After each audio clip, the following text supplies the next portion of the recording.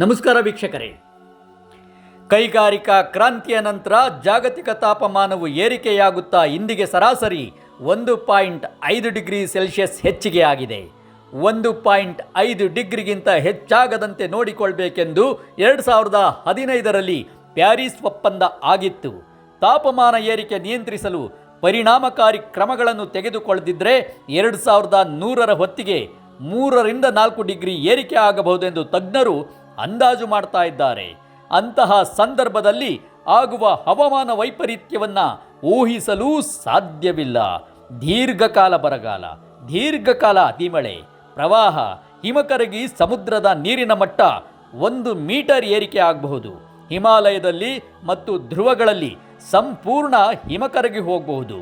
ಇಂತಹ ಭೀಕರ ಸನ್ನಿವೇಶವನ್ನು ತಪ್ಪಿಸಬೇಕೆಂದರೆ ಜಗತ್ತಿನ ಎಲ್ಲ ರಾಷ್ಟ್ರಗಳು ಒಂದಾಗಿ ಕುಳಿತು ಸೌಹಾರ್ದಯುತ ಮತ್ತು ಸಹಕಾರಿ ತತ್ವದ ಆಧಾರದ ಮೇಲೆ ವಿಶ್ವವನ್ನು ಮರುರೂಪಿಸಬೇಕು. ಆದರೆ ಕೇವಲ 3-4 ನಾಯಕರು ಪ್ರತಿಷ್ಠೆಗಾಗಿ, ಅಧಿಕಾರ ದಾಹಕ್ಕಾಗಿ, ದುರಹಂಕಾರಕ್ಕಾಗಿ ಇಡೀ ವಿಶ್ವದ 800 ಕೋಟಿ ಜನರು ಸಂಕಷ್ಟಕ್ಕೆ ಸಿಲುಕಿದ್ದಾರೆ. ಜಗತ್ತು ಉಳಿಯುವುದೇ ಕಷ್ಟ ಎಂಬ ಪರಿಸ್ಥಿತಿ ಬಂದಿದೆ. ಉಕ್ರೇನ್ ಮೇಲೆ ರಷ್ಯಾ ಯುದ್ಧ ಆರಂಭಿಸಿದಾಗ ಕೆಲವೇ ದಿನಗಳಲ್ಲಿ ಮುಗಿಯಬಹುದು ಎಂದು ಊಹೆ ಮಾಡಲಾಗ್ತಾ ಇತ್ತು. ಆದರೆ ವರ್ಷಗಳು ಕಳೆದರೂ ಅದು ಮುಗಿಯುವ ಲಕ್ಷಣ ಕಾಣ್ತಾ ಇಲ್ಲ.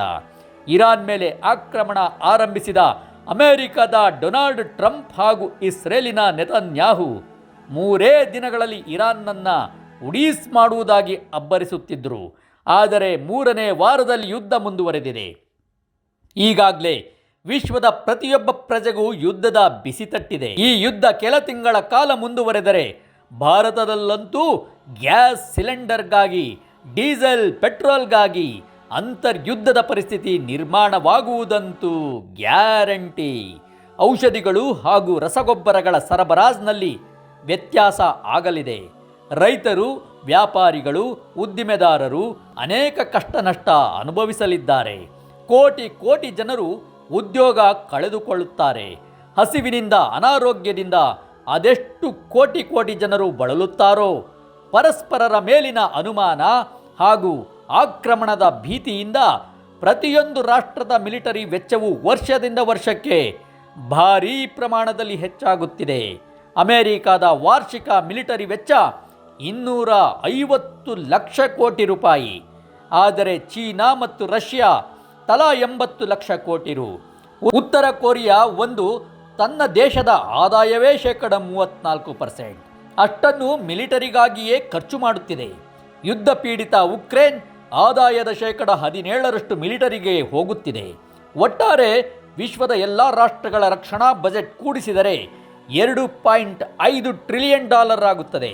ಅಂದರೆ ಇದು ಭಾರತದ GDPಯ ಅರ್ಧ ಮೊತ್ತ ಆಯಿತು.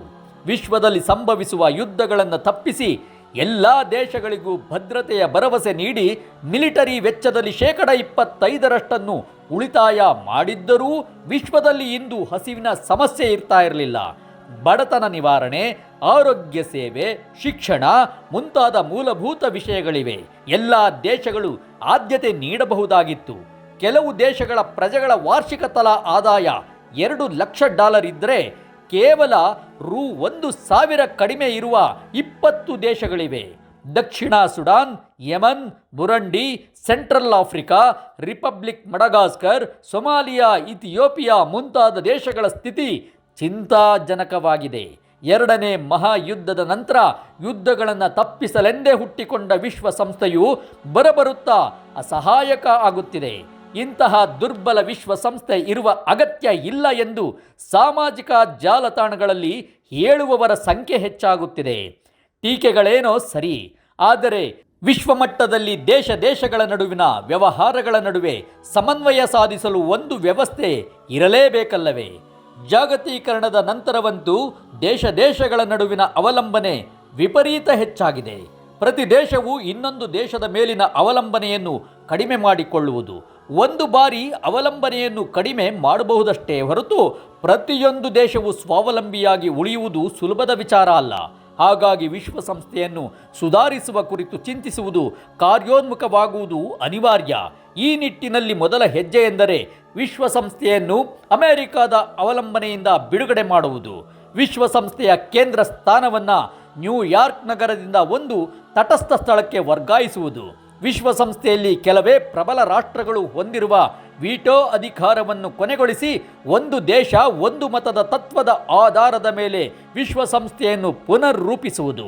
ವಿಶ್ವಸಂಸ್ಥೆಯನ್ನು ಒಂದು ವಿಶ್ವ ಸರ್ಕಾರವಾಗಿ ಪರಿವರ್ತಿಸಬೇಕೆಂದು ಕಳೆದ 50ರ ದಶಕದಲ್ಲಿ ಭಾರತದ ಸಮಾಜವಾದಿ ನಾಯಕ ಡಾಕ್ಟರ್ ರಾಮ ಮನೋಹರ್ ಲೋಹಿಯಾ ಅವರು ಸಲಹೆ ಮಾಡಿದ್ದರು. ಇಂತಹದ್ದೊಂದು ಹೆಜ್ಜೆಯ ಕುರಿತು ಚಿಂತನೆ ಆರಂಭ ಆಗಬೇಕಿದೆ. ವಿಶ್ವದ ಉಳಿವಿಗಾಗಿ, ಉತ್ತಮ ಭವಿಷ್ಯಕ್ಕಾಗಿ ವಿಶ್ವದ ಪ್ರತಿಯೊಬ್ಬ ಪ್ರಜೆಯು ಯುದ್ಧಗಳ ವಿರುದ್ಧ ಧ್ವನಿ ಎತ್ತಬೇಕು. ಬೌದ್ಧ ಬಿಕ್ಕುಗಳು ಇತ್ತೀಚೆಗಷ್ಟೇ ಅಮೆರಿಕದ ಟೆಕ್ಸಾಸ್ ರಾಜ್ಯದಿಂದ ವಾಷಿಂಗ್ಟನ್ DC ತನಕ 108 ದಿನಗಳ ಶಾಂತಿ ಯಾತ್ರೆ ನಡೆಸುವ ಮೂಲಕ ಹೊಸ ದಾರಿಯೊಂದನ್ನು ತೋರಿದರು. ಈಗ ಅಮೆರಿಕದ ಜನಸಾಮಾನ್ಯರು ಯುದ್ಧಗಳ ವಿರುದ್ಧ ಬೀದಿಗಿಳಿದಿದ್ದಾರೆ. ಇಂತಹ ವ್ಯಾಪಕ ಅಹಿಂಸಾತ್ಮಕ ಜನಾಂದೋಲನಗಳ ಮೂಲಕ ನಾವು ಹೊಸ ದಾರಿಯೊಂದನ್ನು ಕಂಡುಕೊಳ್ಳಬಹುದಾಗಿದೆ. ಮಾಡು ಇಲ್ಲವೇ ಮಡಿ ಎಂಬ ಸ್ಥಿತಿಯಲ್ಲಿ ಇಂದು ವಿಶ್ವ ಇದೆ. ವಿಶ್ವಪಥದಿಂದ ನಿಮ್ಮ ಪ್ರೀತಿಯ ಬಾಲರಾಜ್. ವಿಶ್ವಪಥ ಟಿವಿಯನ್ನು ಸಬ್ಸ್ಕ್ರೈಬ್ ಮಾಡಿ, ಶೇರ್ ಮಾಡಿ, ಲೈಕ್ ಮಾಡಿ.